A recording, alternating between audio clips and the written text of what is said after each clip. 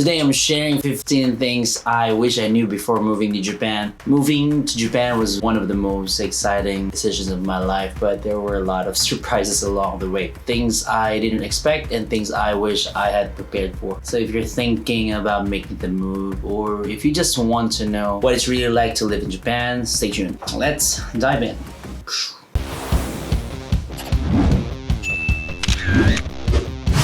Number one would be your name will get a Katakana makeover. For those who don't know, Katakana is the Japanese writing system and they use it for the loan words also. My name is actually Jeffrey and they call me Jeffu. Jeffuri. But the Kyoto sensei and the Kocho sensei, the principal and the vice principal, call me Jeffu. What the heck? So this is one of the quirkiest things I encountered when moving to Japan. And this new version of my name isn't just for fun, okay? It's how people officially recognize me here. So from signing up for a bank account to introducing myself at work, my Katakana name is now part of my identity. But here's the catch. Once it's registered, it's almost impossible to change. That's why it's important to pick a pronunciation that's simple and easy for Japanese people to say. For me, this little adjustment felt like adopting a whole new person. I just don't, recognize myself. They call it Jeffu. It's like, maybe that's a different person. And then they call again, Jeffu. It's like, maybe it's me? I don't know. Number two would be middle names are a headache. Middle names aren't a thing in Japan, and I learned this the hard way. So whenever I had filled out forms or registered for services, my middle name confused the system. Packages were delayed, registrations took longer, and sometimes I had to explain why my name didn't fit their standard format. While it's not a deal breaker, it's one of those small cultural differences that can cause unexpected frustrations. And I usually write my name with just first name and the last name, but I really don't write the middle name. However, your alien card shows your middle name, hence you must include that in almost all of your transactions. My middle name is really funny because my middle name is Melon, like Melon. So sometimes they call me by the middle name and not by the first name. So if they call me Melon or really Melon, okay, which pronounced as Melon. Melon-san, Melon-san, huh? Next, save up before you move. So moving to Japan comes with more upfront costs than you might think. So rent, security deposits, key money, and basic living expenses can pile up quickly. So on top of that, salaries in Japan are paid monthly and often delayed when you start a new job. For instance, if you begin work in June, you might not see your first paycheck until late of July or even August. So that's why having a solid financial cushion is crucial. So personally, I recommend saving at least a few $1,000 to cover those first couple of months. So trust me, you don't want to be caught off guard. Next is the apartment types. Apartment types are a bigger deal than you think because Japanese apartments are categorized by their construction materials, and this detail can have huge impact on your living experience. Wooden buildings, often referred to as apartments, are cheaper but lack insulation and can be noisy. On the other hand, concrete mansions are sturdier and offer better soundproofing. I didn't pay much attention to these details when I first moved in. I wish I had. So choosing the right apartment can make a big difference in your comfort, especially during Japan's cold winters and humid summers. Usually foreigner friendly would be the Leo Palace. They have English and they usually help also companies move in to Japan, but it's not really soundproof, and whenever your neighbor's phone vibrates, you can also hear them. Whenever they walk, you can also hear them. When they close their door, you can also hear them. And there's no sound privacy, I think. Number 5, living in rural Japan can feel lonely. So the countryside in Japan is undeniably beautiful with its serene landscapes and slower pace of life. However, I quickly realized that rural living comes with a sense of isolation, especially if we don't speak Japanese fluently. Even if you do, making friends or feeling part of the community can take time. I went through bouts of loneliness while adjusting, but over time found ways to connect with my neighbors. If you're moving to a rural area, be prepared for this adjustment period. It's rewarding, but not always easy. I didn't really expect that they cannot speak English in the rural area, so I was really worried and there's no one to help you. And then also, they don't put lights so much in the evening. So I think 6 or 7 p.m. it's already lights out. So when you walk going back to your apartment around 8 o'clock or 8:30 in a rural area, it feels like it's a haunted town. Like, where are your lights outside? You really close the lights or turn off the lights earlier than I expected.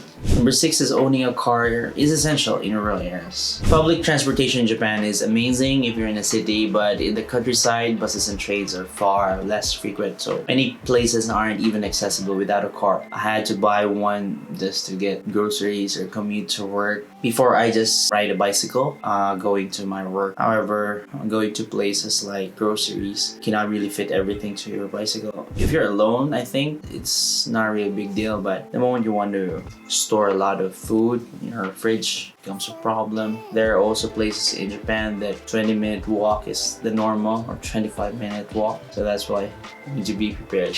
When my family came in the rural area, it's a big expense and owning a car became a necessity for us. So if you're planning to live outside a major city, make sure to factor this into your budget. I'll just make a different video on the expenses of having a car in Japan. Next, number 7 would be learning Japanese changes everything. Before moving, I underestimated how much learning Japanese would impact my daily life. Now, even knowing basic phrases like where is this or how much does it cost made things so much easier. Plus, learning hiragana and katakana helped me navigate train station, menus, and street signs. While fluency isn't required, having a foundation in the language helps you connect with people and understand the culture on a deeper level. So I did memorize the hiragana and katakana, and that was it. If I could go back time, I would definitely start kanji in my home country for about a month. And I envy my friends who were able to really converse even on their first 3 months. So really nice for them to really converse with the Japanese and, you know, basically live in Japan without any problem or with minimal problems.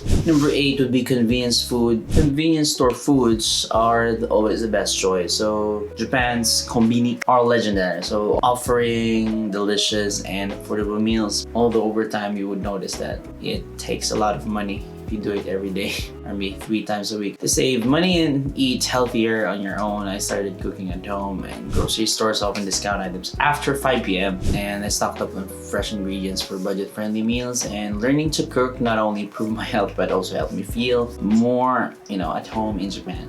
In my first 6 months, I would remember I was calling my sister-in-law, Ate Jazz, or my mother, even my girlfriend, and we were doing a video call while cooking because I wasn't really good at cooking. I just know 3 kinds of food that I can cook, but not really much. And also, ingredients are not really the same with my home country, so it was really challenging for me. So learn how to cook before coming to Japan. At least maybe 10 kinds of foods and know what ingredients you can get here that is the same to your home country. Number 9 would be paid time off. This paid time off is actually limited, and Japan is known for its hardworking culture, and that extends to PTO policy. So most of jobs only offer around 10 vacation days per year, and many employees don't even take them. That Japanese real thing, they don't take them. So if you are a foreigner, you want to use your days wisely. And this was a big adjustment for me coming from a culture where longer vacations are more common. Next would be number 10,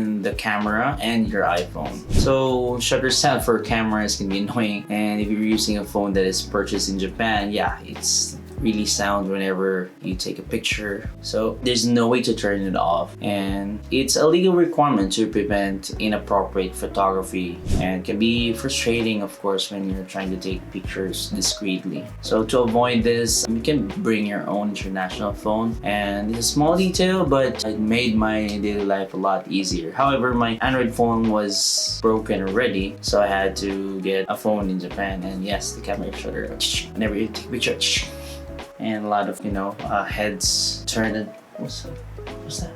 Just to take note, my Android phone that time was not really working in terms of the SIM card, so it's not really compatible. Problem is, I can use the phone, but I cannot really text. I can call, but I cannot text, and I cannot get data, so internet data or data. That's why I can't surf the internet without a SIM card of Japan with my phone from my home country. So I had to really get a phone in Japan. So, but if you're using an iPhone, if you bring your iPhone from your home country here in Japan, I think that would be like no problem. Usually iPhones work best. Next, anime fandom requires balance. So, as an anime fan, I was excited to express my love for it in Japan, but I quickly learned that being too overt about your fandom, like wearing anime-themed clothes in public, can come off as childish. It's best to enjoy anime, just not too showy, especially in professional and formal settings. So, among friends or fellow fans, though, feel free to geek out. Of course, if there's a festival, then that's it. And I remember always talking about anime with teachers, and I was really thinking teachers in Japan also love anime, but I think half of them, there are still teachers that they say they don't like anime, they don't watch anime, they don't even read manga. So as a foreigner, I was thinking maybe Japanese people really like anime or manga, but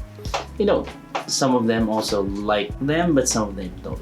Number 12 would be, internally, Japan is not as strict as it is. So before moving, I thought Japan would be strict in every aspect of life. Well, there are unspoken social norms. So I found that everyday life isn't as rigid as expected. So the real strictness lies in workplaces and schools where professionalism and discipline are highly valued. Number 13, bureaucracy can be frustrating. So from visa applications to registering for services, Japan's bureaucracy can feel overwhelming at times. So the process is often slow with a lot of paperwork involved. Patience is key when navigating these systems, getting permits, and it takes time. After going there, you need to wait 2 weeks or 3 weeks to get your permit. I'll just explain them in other videos. Number 14 would be, the Japan you live in is different from Japan that you visit. So living in Japan is very different from vacationing here. So as a tourist, everything feels magical.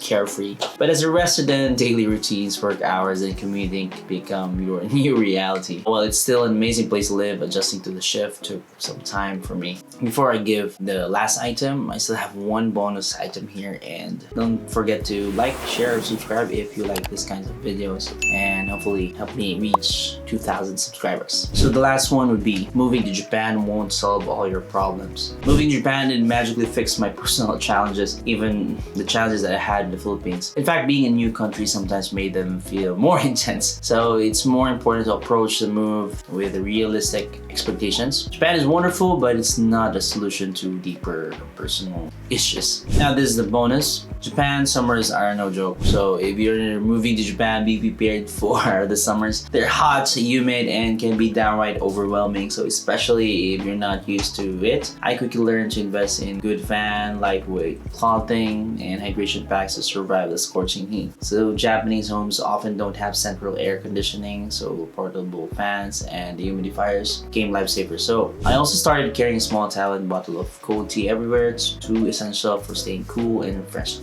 And I even remember my host family dad saying, I need to buy sleeves. From the Philippines, I have short sleeves, so I'm thinking, oh, I think Japan is really a cool place, so I don't have to wear some summer clothes. But I was really wrong. It was really hot, and it was hotter than the Philippines, coming from a tropical country. Well, summers in Japan can be tough, but they're also filled with amazing festivals and fireworks that make the sweat worth it. So those are 15 things I wish I knew before moving to Japan. Whether you're planning to live here or just curious about life in Japan, I hope these tips will help you out. If you got your own experiences or things you wish you'd known before moving, leave them in the comments below. I'd love to hear from you, and if you want some suggestions for me to make videos for you, just comment down below.